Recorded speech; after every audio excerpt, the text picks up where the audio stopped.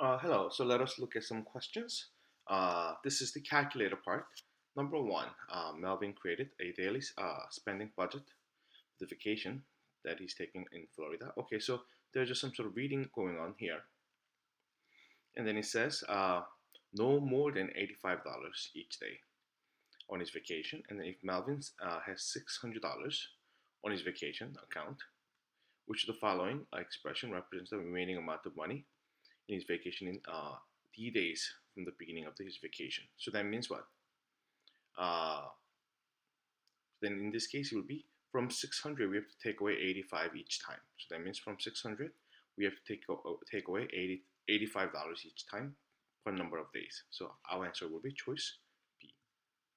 Number two, in a population of 20,000 Americans, so 4,000 prefer to park their cars inside the garage. And then this is what's going on given. And in the random sample of 100 Americans from this population are selected. So then this ratio has to be kept in the ideal setting. That's basically what we're looking for. Then here we end up getting 4,000 out of 20,000. This one has to be same ratio as x out of sample of 100. So that means 100 is what we have. Then essentially what we end up getting is if you cancel out all three zeros, and I can cancel this one out as a 1 and 5 by dividing each side by 4, then 1 out of 5, which basically means 20 out of 100. So x equals 20. That's basically what we end up getting. Number 3. Juan and Amelia raised a total of this much money for the research, and then Juan raised $100 more than half of the amount that Amelia raised. So that means if this is Juan is this one, Amelia is this one.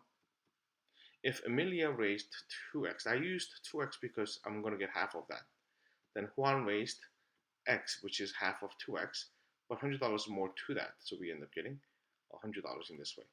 When you combine them together, we get 3x plus 100. That's equal to 2,800. And we're looking for how much Amelia raised. Then we end up getting 3x must be equal to 2,700, and x must be equal to 900. So we get 900 is the value of x, but Amelia, in her case, she raised 2 times of that, so we get 1,800. Choice C becomes the answer. Number 4, line K in the xy plane only has points in quadrant 1 and 2. That means, how could it be possible? If I have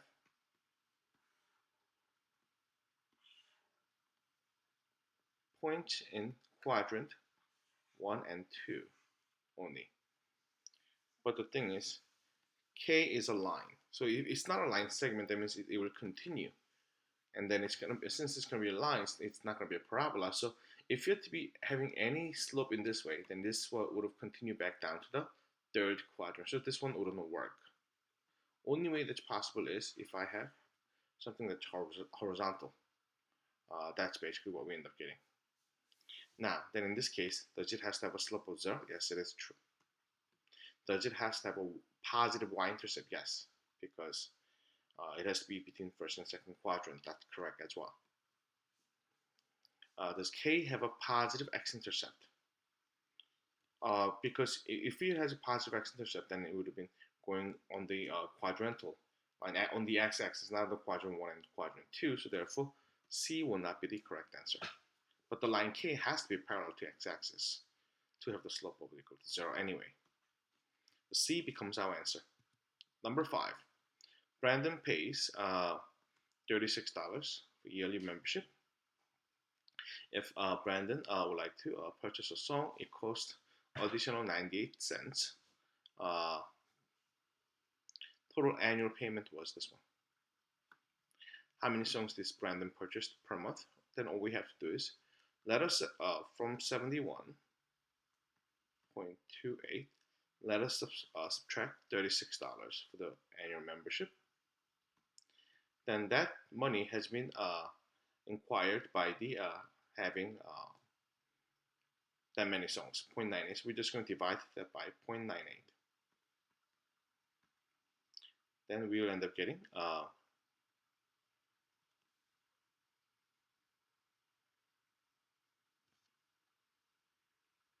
on average, he only paid about 34.3 songs. Since this one was on average, how many songs did Brandon purchase per month? So this is what you call it 34. Actually, I have two. In fact, 30 from 35. There's a slight mistake. 35.28 divide by, instead of subtracting, I don't know why it was subtracting, 0.98.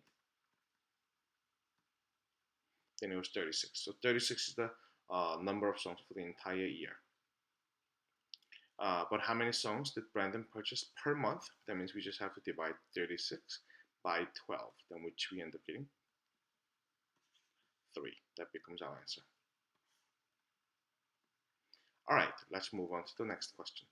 6 yards of the rope were divided evenly among 9 people.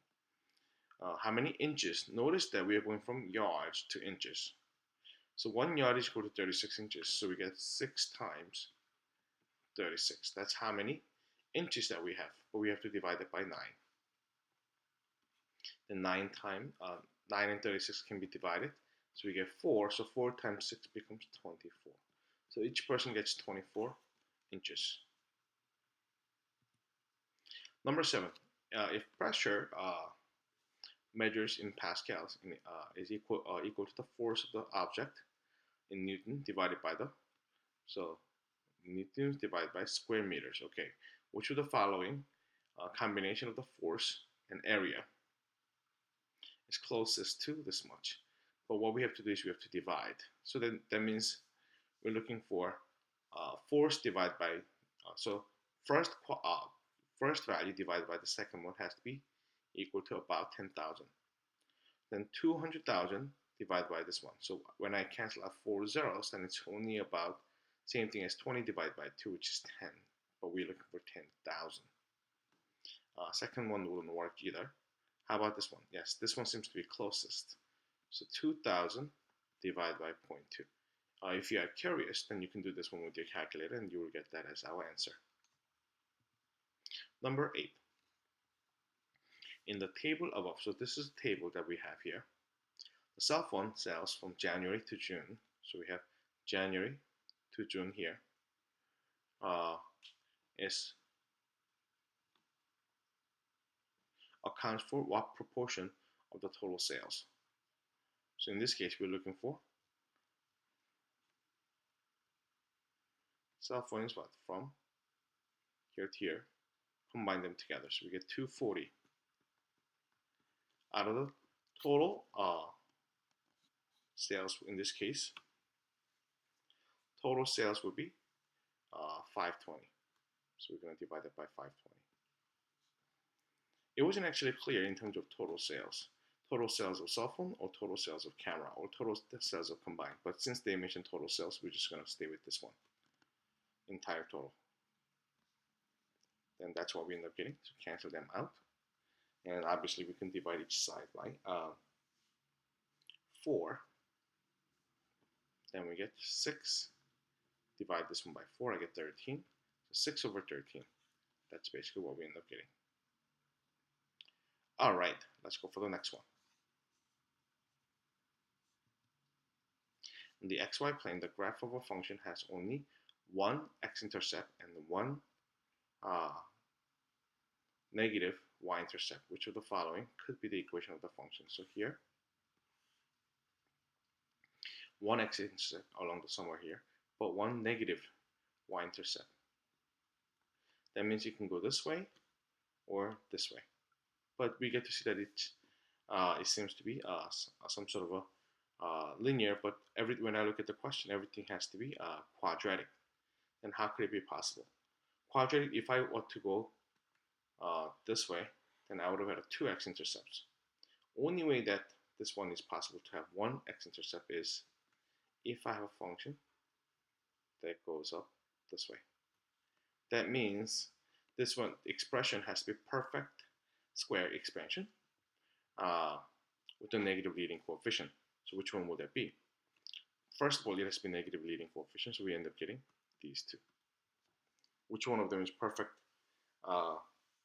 square expansion? In fact, both of them. But it has to have a negative expansion, negative y-intercept. So therefore, only thing that will work is choice D becomes the answer. Negative y-intercept. This one, y-intercept is equal to 0, as we can see. Number 10 and 11 is coming from here. So hours of sleep versus hours of study. So hours of sleep, bigger.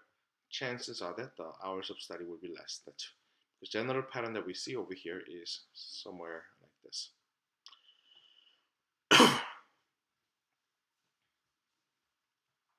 And then as you read this one, 18 students were presented in the scatter plot. The students with the highest ratio of hour, ratio, when you use the word ratio, is same thing as to divide, fraction. A ratio of hours of study. So study is on top to the hours of sleep. This one has to be highest. That means maximum study and then lowest sleep hours. That means which one has the lowest sleep but maximum study hours? It will be this person. Because maximum is 8 hours of study, lowest number of hours sleep will be this much right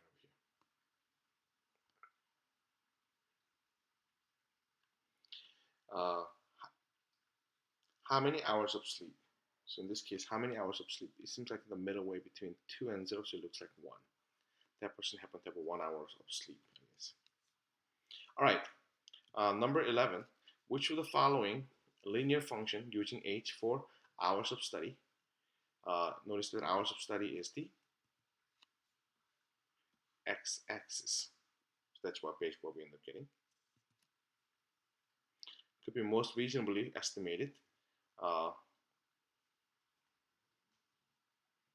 for f of h, where f is the number of hours of sleep, which is the y-axis, or vertical axis rather. Since it's going down, our slope has to be negative, while the x-intercept is somewhere around here, positive value. So y-intercept has to be positive here, while x-intercept has to be negative, going down. So we're looking at one of these two. Now, then we have to see whether it'll be choice C the better answer or choice D the better answer. Choice C, the slope is negative, and choice D slope is negative as well, but the ratio is change of x is greater by 4 to 3, but in this case change of y is greater. When the change of y is greater, then it's steeper. When the change of x is greater, then it's just relatively flatter. So when I go back to this one, notice that as x changes about 4 units or so, our y changes about 10 units. So in that case, most likely choice D would have been the best answer because change of y was greater. Now let's look at number 12. So in this scatter plot once again, which of the following model would best represent the relationship between the time and then motorcycle estimated value? So as you can see, the function is kind of going down this way. Then obviously it's not linear because it's not straight. It's exponential decay because it looks like an exponential function, but it's going down. So it's the best word to describe would be exponential decay, which is choice 3. Now, so this is another function that we have. This one is a typical exponential functions where r is equal to rate, and then I is the principal, and x is the time that we normally use. But in this case, they say overall account balance of the savings account, x years after, where I is the annual interest rate, initial account balance, and then annual interest rate is equal to R. Which of the following gives R in terms of the other stuff? Basically, I'm trying to solve for R. Then first, what I need to do is I need to get rid of I first. How am I going to get rid of I? I have to divide by I. then S over I. Which one would it be? So I'm looking at one of these two. Now, the next one, I need to get rid of X. How am I going to get rid of X? By, since this one was raised by X, then I have to take the root by the index of X, which is both of them is the case. And then, of course, the next one that I have to do is this one, subtracting 1. So it looks like this one seems to be the answer, but in fact, the answer is this one. The reason why A is the answer, not B, is because at the end we have to multiply by 100. That's why we have 100 in front of this one, while this one doesn't. This one does as well, but while this one doesn't. So choice A becomes our final answer. Number 14. Ankit has a block of ice in the shape of cube. That is volume of this one. So then from here, cube with this value is we realize that each side is equal to 3. That's what we get to realize. Smaller pieces that measures 2 inches in all directions. How many such cube, ice cube, can Ankit create? So now this one is 3 feet per each one, but this one is 2 inches. So once again, we have to be careful about the unit. Then 3 feet in terms of inches will be 36 each. But I'm looking for cutting it out 2 inches at a time. So that means I'm ultimately getting 18 pieces in this way. Same thing for 18 pieces in this way. Same thing for 18 pieces on this way. So what we end up getting is the entire value of that is becomes 18, 18, 18. So 18 cubed becomes the total number of our cubes. So 5230, which is choice A, becomes the answer. All right, let's look at number 15. Which of the following scatter plot would best be modeled by an equation? Notice that this is a linear equation where B is positive. That means y-intercept is positive. So linear, so I'm looking at more like these two. B is positive, so then both of them seems to be having the positive y-intercept, which is good. And positive constant, well, B is positive, and then M is the negative fractional constant. Negative fractional constant. Now, so in this case, the word fractional is kind of misleading. What they wanted to say was that negative value that is less than 1, that's what they meant to say. If that were to be the case, then A would have been the answer. But on the actual SAT, the wording would be more precise. But based upon this writing in itself, A or B would have been okay. But what they're looking for was A, and then what they were looking for in terms of what they intend to do was M was a negative fractional value that is greater than -1 but less than 0. That's what they try to say about their slopes. So A or B would have been okay, but A would be answer that they were intending for this question. Number 16. So we have two set of values here and two set of equations. Mrs. Jamerson is having all of the rooms on the first floor of her house painted in this manner. She has received 2 coats. Now, H is the M represents the number of men, and H is the number of hours on the job, right? If one extra man is needed for the job that is initially quoted, which of the following is true? One extra man is needed. That means in this case, one more from here.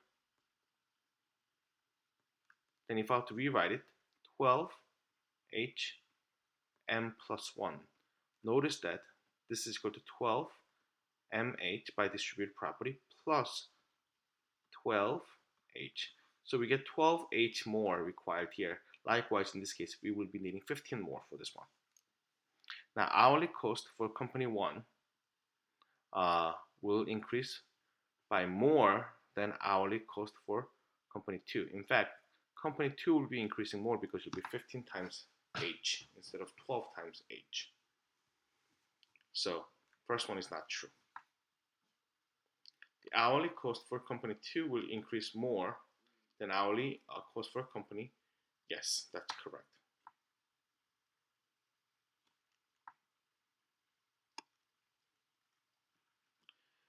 The hourly cost for two companies will increase equally. Not quite. An increase in the hourly cost for each company cannot be determined. In fact, that's not true because we can see how much it is increasing. Because for each one, we have 12. Actually increased by having one more person was 12H. Actually increased by this one is what 15H. But hourly cost will be, in fact, will be 12M, and then this one is 15M. So one way or the other, second company has a higher rate per hour. Number 17. If it is determined by both companies that 10 men are necessary to complete the job, what is the least integer number of hours H, where the total cost of the house painted by company 1 would be less than total cost of company 2, and we are assuming the 10 men there. So then we are looking for 640. First one is 640 plus 12 times 10 times H. Second one is 400 plus 15 times 10 times H. But we are looking for company 1 will be less, or just simply less. Then here, what do we end up getting? Yes. So I can subtract 120H from each side, and we get 30H here. And subtracting 400 from each side, we get 240, and dividing by 30, so H will be greater than 8. So notice that H has to be greater than 8. That means H has to be 9.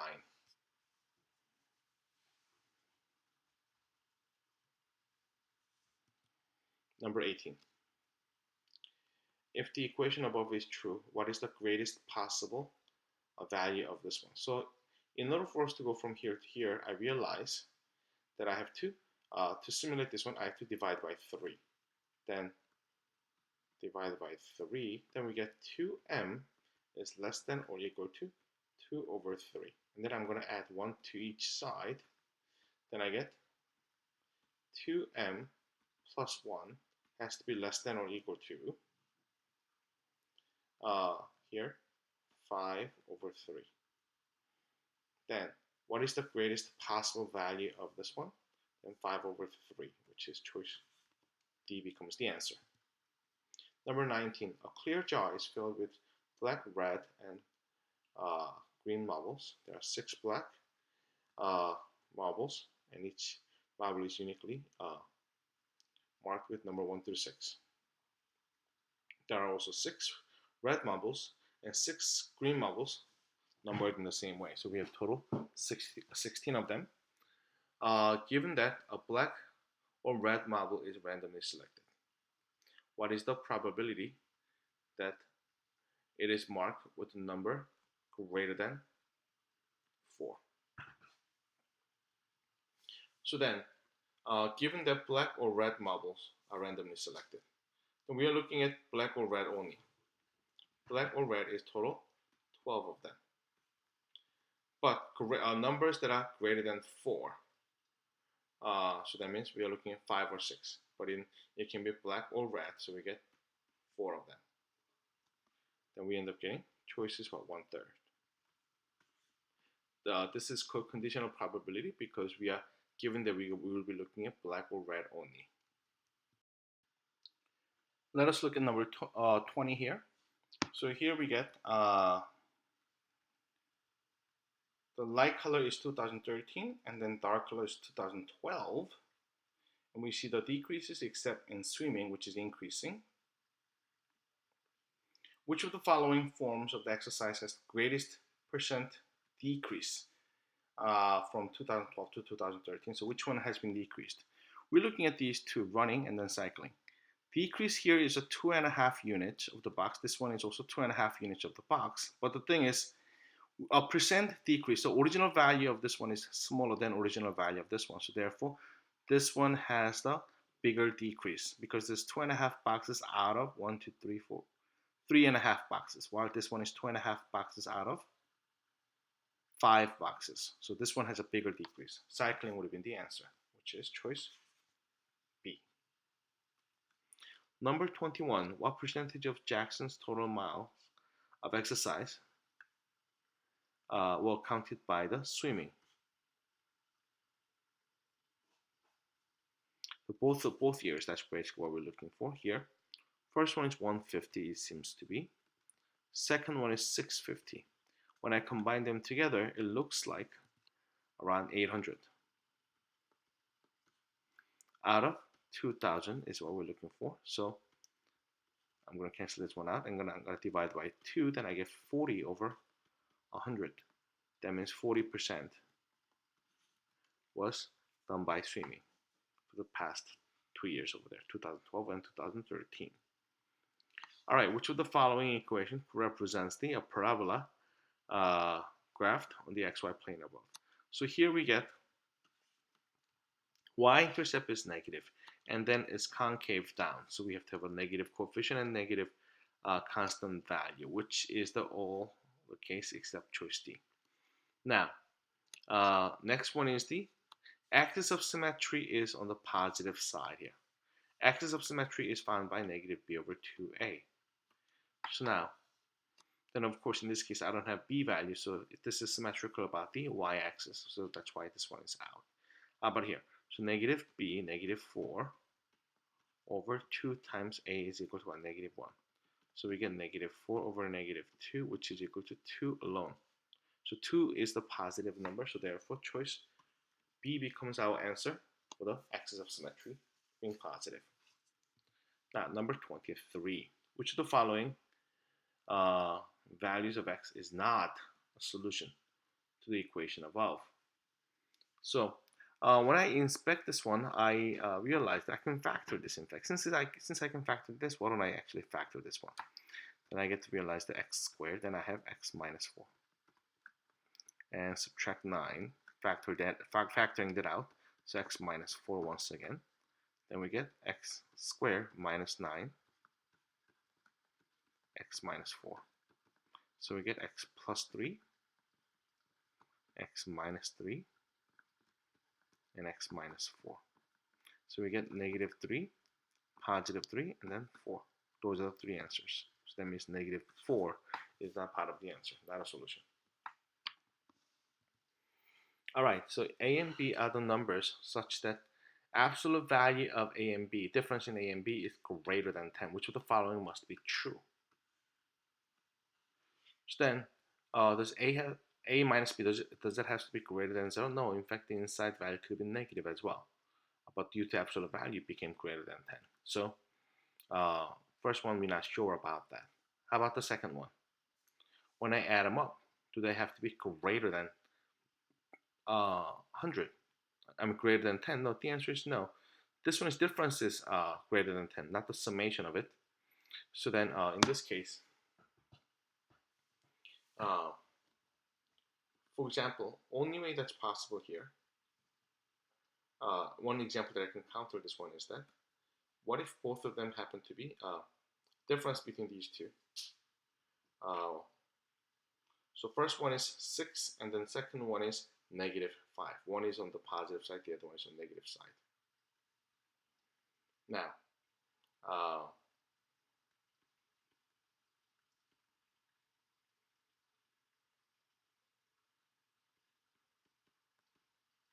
then you can see that the sum is greater than 10, so that therefore this one is satisfied, but not this one is satisfied. So therefore this one is out. How about the last one? That can be an example as well. Well, the product doesn't have to be always positive, or it can be negative as well. So therefore, that would have been the answer. So our answer is, this one wouldn't work either. So our answer is choice A, which is none of them. That would have been our answer. All right, now let's look at the next one. One side is 3x, the other side is 4x. Perimeter of the rectangle is shown. So perimeter of this one is total 14x, because we shouldn't forget about the opposite side here as well, is equal to 56. That means x, we know that to be equal to 4. What is the length of the diagonal? So then x equals 4, so then this is 12, this one is 16, diagonal. This is 3, 4, 5, so this must be 5x. 3, 4, 5 triangles, 5 times 4, which becomes 20. So what is the length of the diagonal? Would be 20. Choice D becomes the answer. All right, so we have this function, g of x equals 10 plus 0.55x. G of x represents the value of a renovated home in thousands of dollars. Okay, renovation is basically what we're looking at. X is the amount of money spent on renovation by homeowners in thousands of dollars. Which of the following best describes the value of the constant? This one. This one is in fact change of y over change of x. Change of y. Change y is equal to g of x. So g of x, they said it was what represents the increase, the value of the renovated home. So that means increase over x. What does x representing? The amount of money spent. So spent. So ratio between increase over spent is basically what we're looking for in thousands of dollars. The value of home will increase by $5,500 for every $1,000 that they spent. In fact, then it looks quite similar, but the ratio has to be this one. So that means increase is what? 5,500 divided by 1,000. Is that equal to 0.55? The answer is no. So that's not the correct answer. 550 divided by 10,000. Is that 0.55? Once again, no, that's not the answer. The value of the home increased by 55% of every dollar, 55 cents for every dollar homeowner invest in the renovation. So that's what 0.55 divided by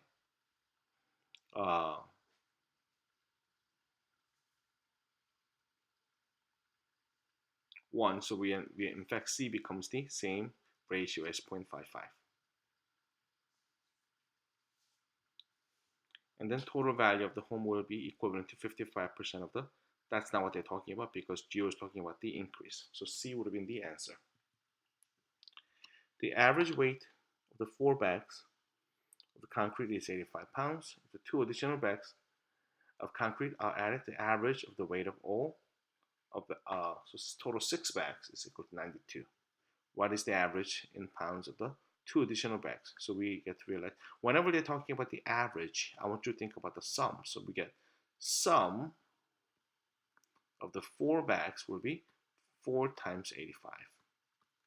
And 2 bags are added, so sum for 6 bags would have been 92. So 92 times 6 becomes our total.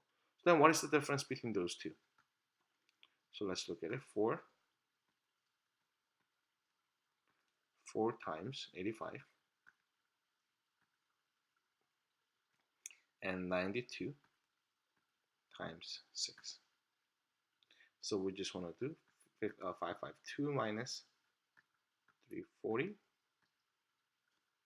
so 312. But 212 has to be divided by 2 bags. So we're going to divide this one by 2. Then 106 becomes the answer, choice D. Number 28, the polynomial function f follows the format of this one. So quadratic has 2 roots in this way.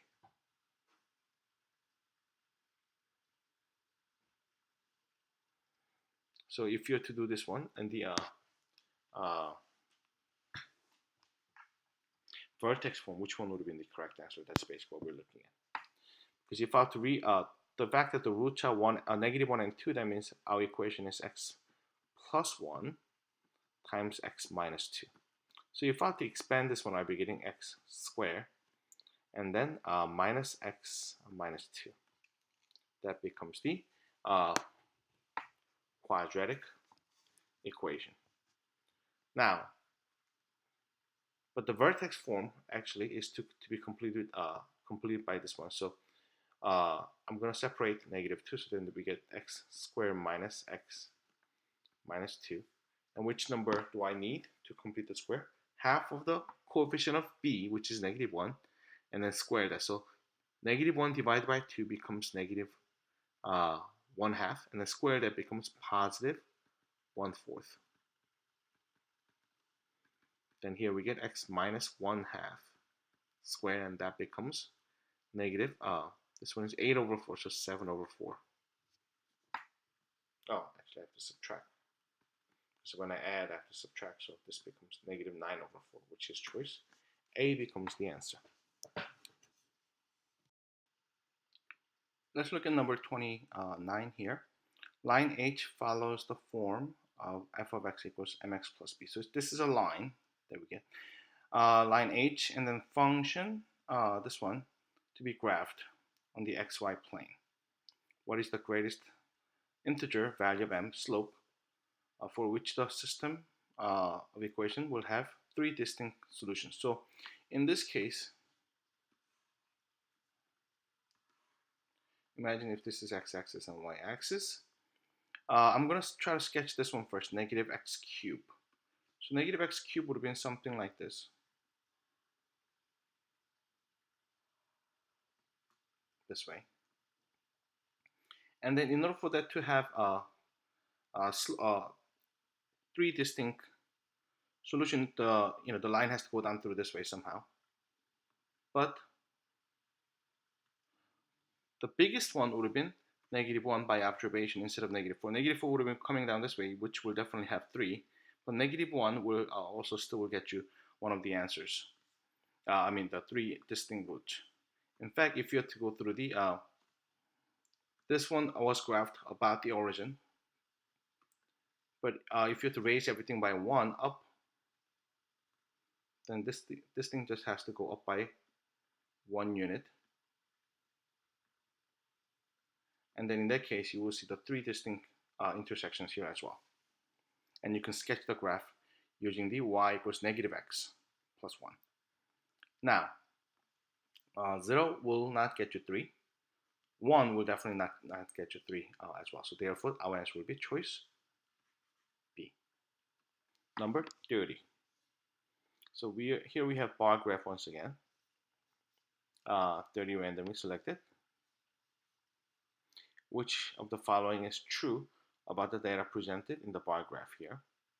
So darker one is the northern, and the lighter one is southern.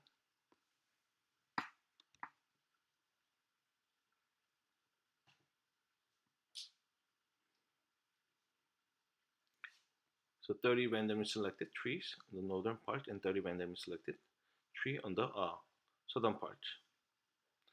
So standard deviation is the how much things are spread apart. So when you can see this one, southern part, which is lighter color, is more spread apart, while northern part is more congregated in the middle. So therefore, standard deviation of the pine tree height in the northern part is less than standard deviation of the pine tree in the southern part, which seems to be true because northern part is more congregated than southern part. So first one seems to be correct. Well, let's look at the second one. The standard deviation of the pine tree height in the northern part is greater. No, actually they're congregated more in the middle, so it's just smaller.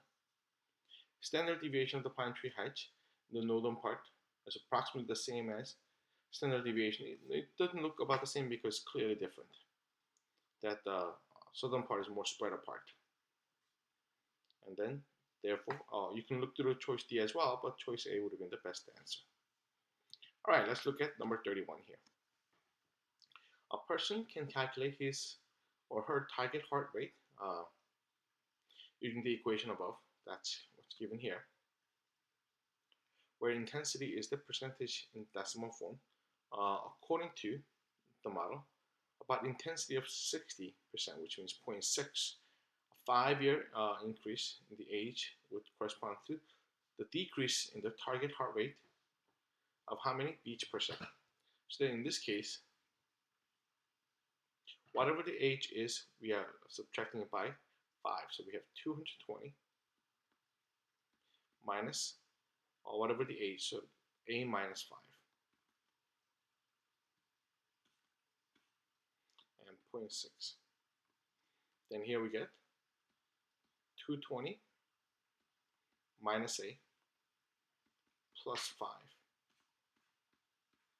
0.6 has to be multiplied together. Now, then in this case, I get to realize that 220 minus a times 0.6, because this one can be distributed onto this one, which is exactly the same thing as earlier, except that I have plus 5 times 0.6, which is 3. So 3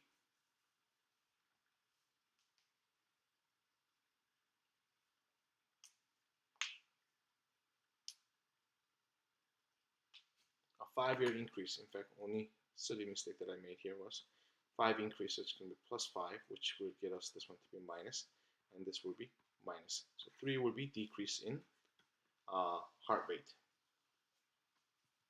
All right, number 32. Jonathan is using an international shipping service. The company requires that the package have the volume less than 120 cubic centimeters. The Jonathan's box supplies has base that measures 3 by 4. Notice that we have difference in inches and then centimeters. What is the greatest height of the box it can measure? So then we end up getting 3 times 2.54. I just converted inches into the centimeters times 4 times 2.54 times, I want my height to be in terms of in tenths of an inch, so I'm going to put it as h times 2.54.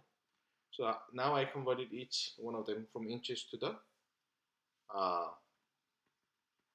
centimeters, so that's equal to 120. Then I just have to put this one into calculator.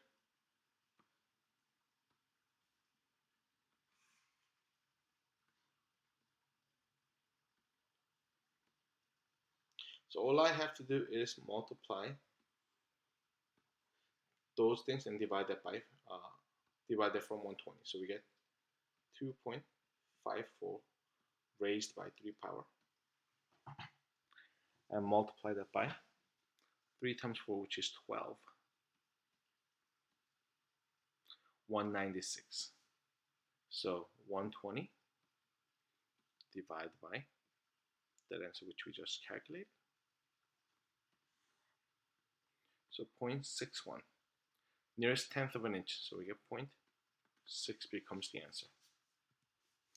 Number 33.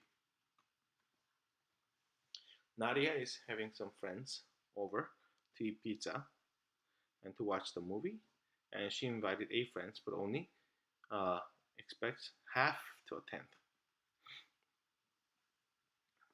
And the number of slices that eats equal to number of friends that arrives. If 6 of Nadia's friends attend instead of 4 out of 8, the central angle of that defines each slice will be how many degrees fewer than the number of slices she expected to slice. So instead of 4, which is half of 8, so that means what? 360 divided by 4, which is 90 degrees. That should be the central angle for each one of them initially.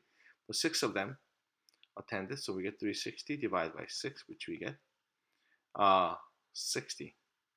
So total our answer is difference is 30 degrees.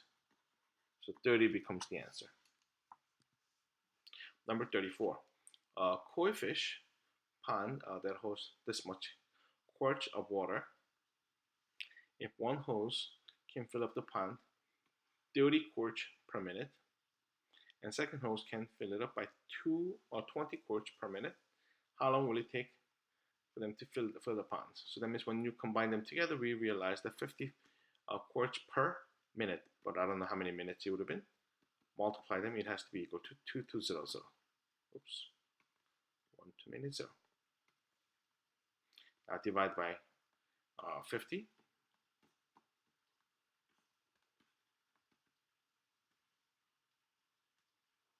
So 0 0. Divide by 44.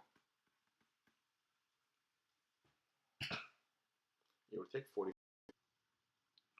So let's look at number 35 here. A bowl filled with total of 140 red and green candies. So we have red and green, but total is 140. If 4/7 of the candies are red, so this is 4 while this one is 3. Total makes into 7 ratio. This is total. So red is 4 out of 7. That means green is 3 out of 7. Then since total is 140 instead of 7, I have to multiply that by 20. So then technically I have 140, I have 80, and then I have here 60. And how many green candies must be removed from the bowl so that 2/3 of the remaining candies are red? So 2/3 has to be red. How can you get there? Red is not changed. From 140, certain number of greens has to be switched. Then basically I have to rewrite 2/3 with a numerator of 80. Then how can I do that? Multiply the numerator by 40, then I'll be getting 80, and multiply the denominator by 40, we get 120. Then 140 minus x has to be equal to 120. That means x equals 20. All right, number 36, the ideal gas law. So 4 gas variables, PV and T, and then R is the constant here. If the pressure remains the constant, so P is the same, and both the number of moles and of gas and the temperature are reduced by half. So that means P is the same, number of moles reduced by half, so only half is left. R is there, and then T is reduced by half, so only T is left with half alone as well. Now, by what percent will the volume be reduced? So something has to change with the volume as well. So x times V. And if I have to rewrite it, x PV is equal to 1/4, and 1/2 times 1/2 is equal to 1/4, and nRT. So I get to realize that x equals 1/4. That means the volume has to be reduced to 1/4, which is 25%,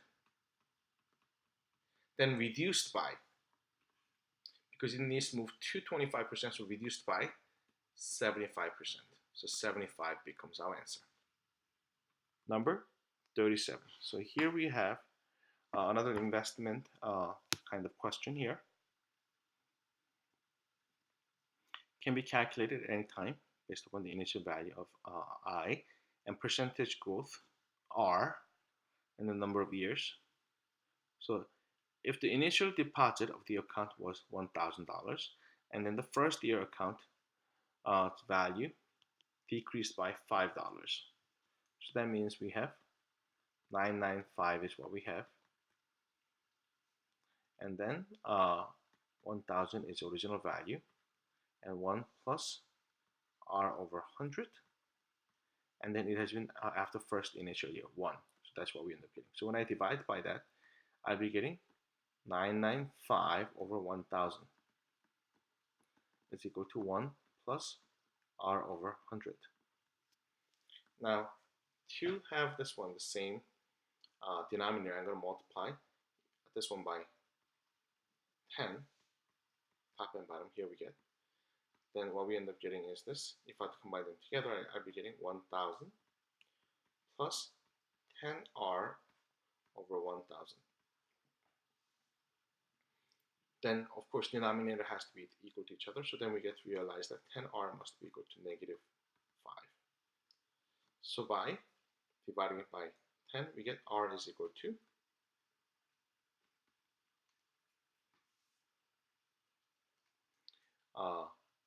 negative 0.5. So we're looking for 0.5. Oh, actually, it has been increased. My bad. I thought it was decreased. So then this one becomes 1005.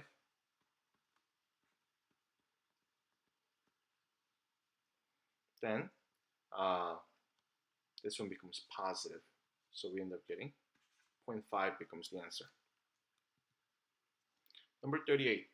Let K represents the account of the value after 4 years have passed using the percentage growth rate R calculated in the problem 37, which is the 5%. Initial value was $1,000.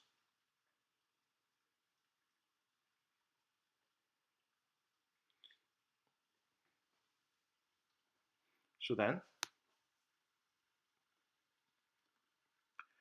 to the nearest dollar, what amount of money should have been initially deposited into the account to attain the account, the value of K, only after 1 year.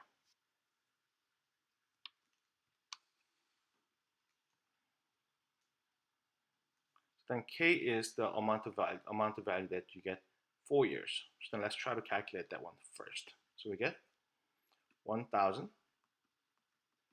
times 1 plus 5 over 100 times 4. That's how much we will be getting after 4 years. Now, but the thing is, to the nearest dollar, what should be the amount of money that should be initially deposited only after 1 year? Then that should be the same value. I don't know how much it is, so we're going to call it as X. But the thing is, 1 plus same rate to the after 1 year. That's basically what we end up getting. Then easily you can see that this one's the 1 power, this one's the 4th power. So when I divide that by that, then I'll be getting the 3rd power. Then X value would have been 1000 times this one's the 3rd power. So we get 1000 times 1 plus 5 over 100 to the 3rd power. So 1157.625. But they're looking for to the nearest dollar. So we get 1158 would have been the answer. All right, I'll stop here. I'll see you later. Bye-bye.